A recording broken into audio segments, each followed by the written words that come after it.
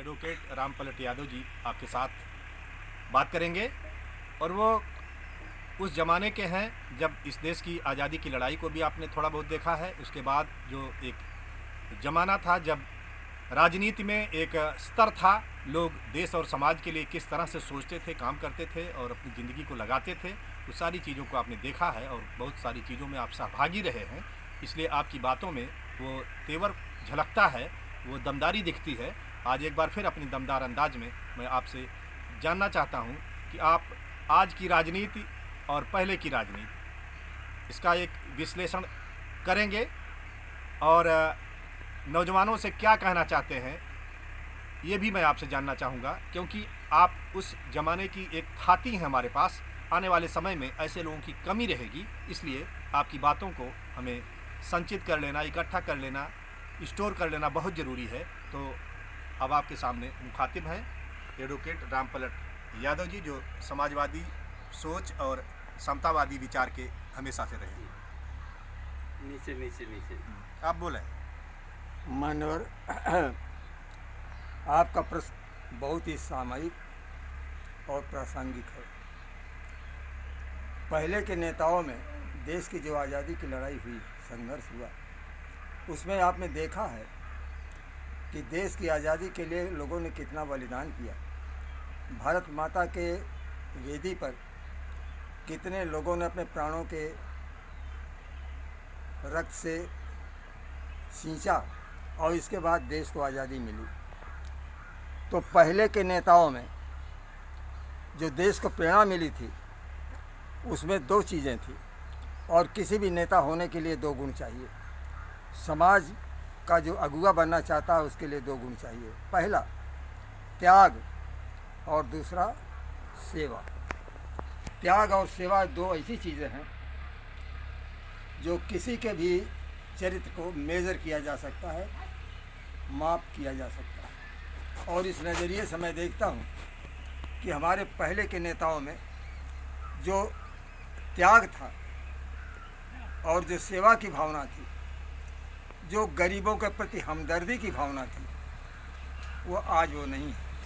मैं इस सिलसिले में एक बात कहना चाहूँगा कि एक मर्तबा जब स्वामी विवेकानंद शिकागो से लौट रहे थे और वहाँ पर अमेरिका जा कर के जब उन्होंने अपने विचारों का प्रचार किया, भारतीय संस्कृति का प्रचार किया, वो विश्वव्यापी लोकप्रिय हो गए थे। और इसके बाद जब वापस आ रहे थे लंका में एक रुके, वहाँ पर एक स्थानीय राजा जो था, वह स्थान जो था अनिरुद्धपुरम, भारतीय नाम था अनिरुद्धपुरम, वहाँ रुके। और इसके बाद वहाँ के राजा ने यह प्रश्न किया कि आप भारत से आए हैं, भारत के निवासी हैं, भारत में राम की पूजा होती है और लंका में शंकर की पूजा होती है, बताइए आपके भगवान राम हैं कि आपके भगवान शंकर हैं। तो इन्होंने कहा कि I believe on that god, I believe in god to whom I believe in god to whom who are poor of all races, who are weak of all races. जो सारे जातियों के गरीब हैं, जो सारे लोगों के गरीब हैं, वही मेरे भगवान हैं। और इस नज़रिए से मैं देखता हूँ कि आज की राजनीति में जो जैसे हमारे मोदी जी कह रहे हैं कि भारत आत्मनिर्भर होगा, आज भारत में कितने गरीब हैं जिनके पास रहने की जगह नहीं है, सोने की जगह नहीं है, बैठने की जगह नहीं है। वह लावारिस पैदा होते हैं, लावारिस ज़िंदगी बिताते हैं और लावारिस मर जाते हैं। और ऐसे लोग जिनको झोपड़ी भी नहीं नसीब है, आज वो नंगे हैं, भूखे हैं, अशिक्षित हैं, गंवार हैं। ये भारत माता की संतान है और यही सबसे समाज के कमज़ोर पायदान है। और जब तक यह समाज का कमज़ोर पायदान ऊपर नहीं उठेगा, जब तक आगे नहीं बढ़ेगा, जब तक आत्मनिर्भर नहीं होगा, जब तक इनमें जीवनी शक्ति और जीवन नहीं आएगा, शिक्षा नहीं आएगी, तब तक ये कहना कि भारत आत्मनिर्भर होगा, ये बिल्कुल धोखा है जो आज धोखा दिया जा रहा है।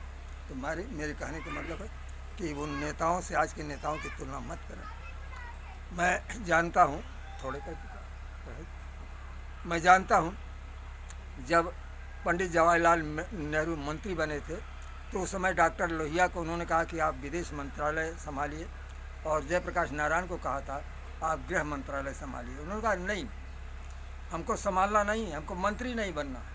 लोकतंत्र अभी पैदा हो रहा है, लोकतंत्र की बुनियाद हमें रखनी है, और अगर लोकतंत्र में विपक्ष कमज़ोर होगा तो लोकतंत्र कमज़ोर होगा। इसलिए लोकतंत्र को मजबूत करने के लिए जयप्रकाश नारायण, डॉक्टर लोहिया, आचार्य कृपलानी और आचार्य नरेंद्र, ऐसे लोग सत्ता से हट करके लोकतंत्र को मजबूत करने के लिए एक आदर्श लोकतांत्रिक समाज की स्थापना करने के लिए उन्होंने पदों का त्याग किया।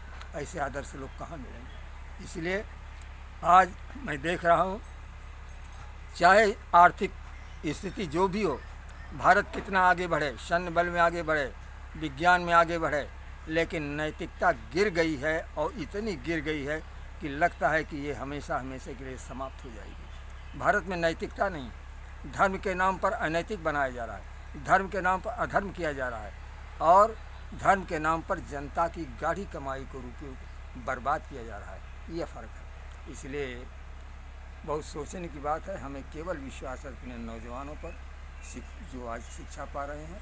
जब तक इनकी चेतना नहीं आगे आएगी तब तक कुछ नहीं होगा। मुझे केवल अपने नौजवानों पर विश्वास करना है। विवेकानंद ने एक बार कहा था कि जहाँ कुछ लोग भूखों मर रहे हैं, जहाँ कुछ लोग एक एक दाने के लिए मोहताज हैं, वहाँ कुछ साधु लोग, कुछ और पुरोहित लोग ये समाज का दोहन करें। ये बताइए, ये धर्म है कि राक्षसों की नाच है? ये देश है कि नरक है? आज ये देश धर्म के नाम पर अगर संभला नहीं और लोकतंत्र के और संविधान के आदर्शों का अनुपालन नहीं किया तो ये देश का पतन निश्चित है। ये मेरा मानना है। धन्यवाद।